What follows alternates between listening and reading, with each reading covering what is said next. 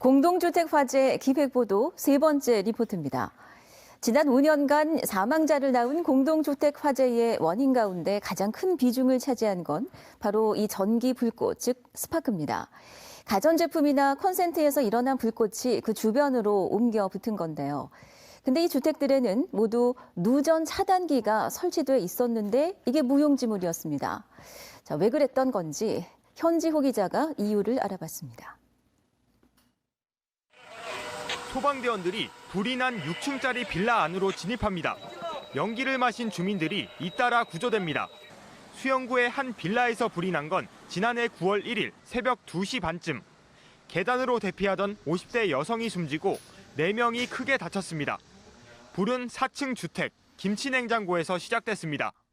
냉장고 안 전기 회로에서 접촉 불량으로 인한 전기 불꽃, 즉 아크가 발생해 화재로 이어졌습니다. 문제는 새벽 시간인데다 발화 지점이 냉장고 내부여서 그 누구도 화재 징후를 알아챌 수 없었다는 점입니다.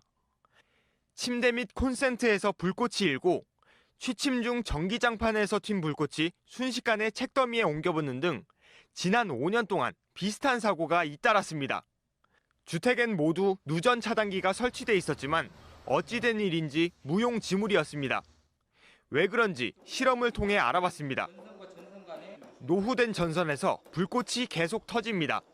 짧은 순간 이어지는 이른바 아크 현상.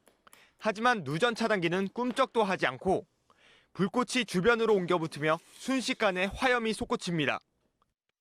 기존에 설치되어 있는 배선형 차단기나 누전 차단기로서는 전기 화재 중에서 약 15% 정도, 전기 불꽃에 의한 화재는 기존 배선형 차단기나 누전 차단기로서는 차단을 할 수 없다는 것입니다.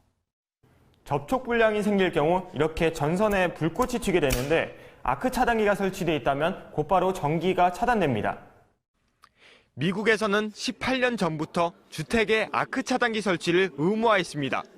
그 결과 화재가 65%가량 크게 줄었습니다. 국내에선 10년 전부터 아크 차단기의 중요성이 논의됐지만 비용 탓에 다중이용시설에서만 제한적으로 설치되고 있는 게 현실입니다. 2010년부터라도 논의를 할 수 없이 많이 있었죠. 국회에서도 국정감사할 때도 얘기도 나오고 협회는 협회 입장, 인증은 인증 입장, 정기안전공사는 정기안전공사 입장, 서로 이렇게. 전문가들은 노후주택 등의 아크 차단기 설치를 의무화해야 한다고 지적하지만 관계부처의 무관심 속에 논의는 제자리 걸음을 반복하고 있습니다. MBC 뉴스 현지호입니다.